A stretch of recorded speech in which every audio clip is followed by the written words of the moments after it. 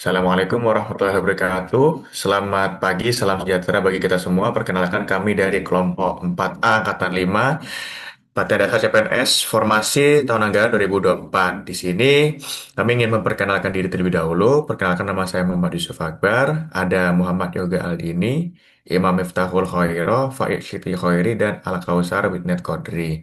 Di sini kami ingin memaparkan tentang rancangan mitigasi masalah yang menghambat promosi budaya berakhlak dari video-video tugas kelompok sebelumnya.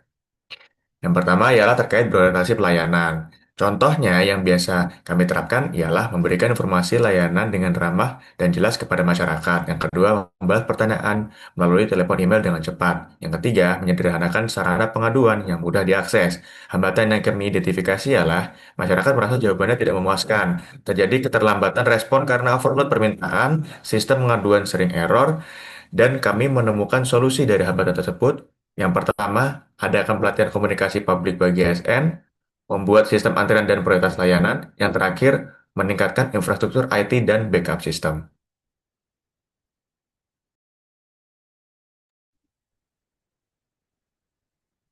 Oke, baik. Di sini saya ingin mempresentasikan nilai akuntabel seperti yang sudah contohkan di dalam video. Yang pertama adalah kita membuat laporan kegiatan sesuai dengan fakta di lapangan.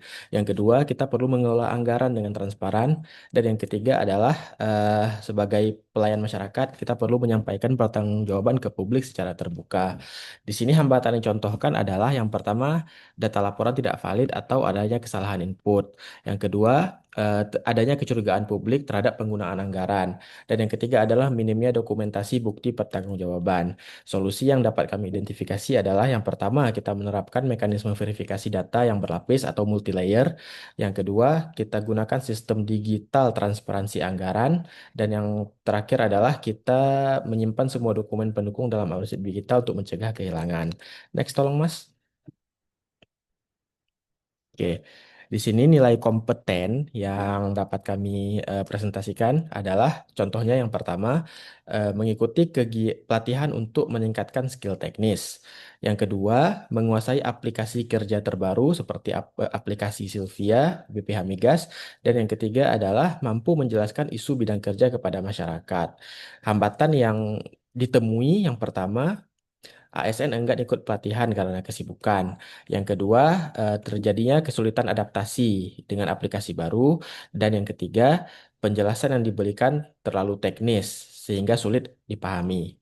Di sini solusi yang ditawarkan yang pertama, jadwalkan pelatihan secara fleksibel atau mengikuti waktu peserta. Yang kedua, berikan pendampingan teknis secara bertahap. Dan yang terakhir adalah kita latih para pelatih kita atau ASN kita untuk menyampaikan isu dengan bahasa sederhana tanpa jargon. Oke, next Mas. Selanjutnya harmonis. Contohnya itu menjalin menjalin komunikasi baik dengan rekan kerja lintas divisi, kemudian menghargai perbedaan pendapat dalam rapat. Yang ketiga, membantu rekan kerja yang sedang kesulitan. Adapun hambatan untuk menerapkan harmonis yaitu terjadi salah paham antara ASN, kemudian perbedaan pendapat memicu konflik, ASN merasa terbebani karena sering membantu rekan lain.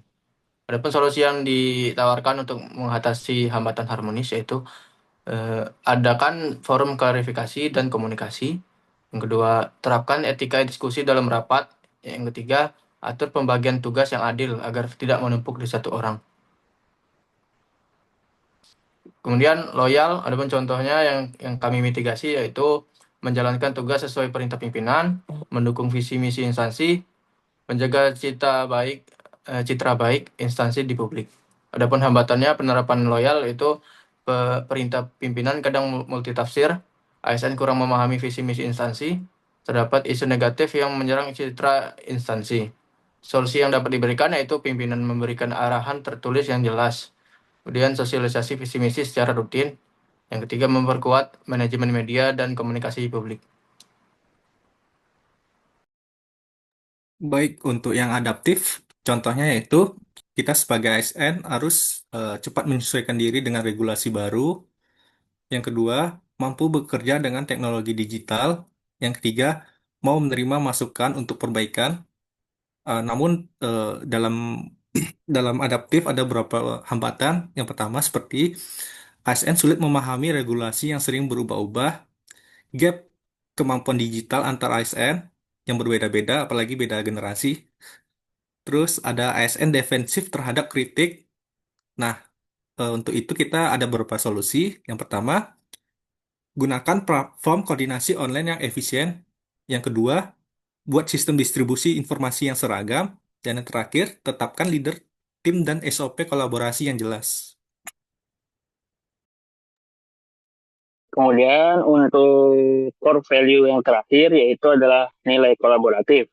Contoh-contoh penerapan dari nilai kolaboratif ini seperti misalnya bekerja sama dengan instansi lain dalam proyek bersama, kemudian membagikan informasi penting terhadap rekan kerja kita, serta membentuk tim lintas unit untuk menyelesaikan masalah.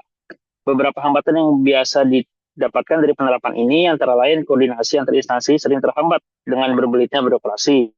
Kemudian informasi yang tidak tersampaikan secara merata antara sesama anggota tim, serta tim lintas unit yang sering berjalan tidak sinkron tanpa adanya komunikasi. Beberapa solusi untuk mengatasi hambatan ini yang bisa kami tawarkan adalah menyederhanakan alur birokrasi yang ada dan menunjuk koordinator lintas instansi.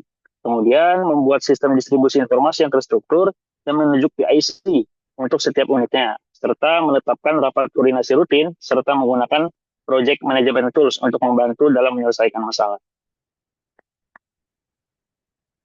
Itu tadi beberapa penerapan dari setiap core value berakhlak serta hambatan yang mungkin terjadi dan solusi yang bisa kami tawarkan untuk mengatasi hambatan tersebut.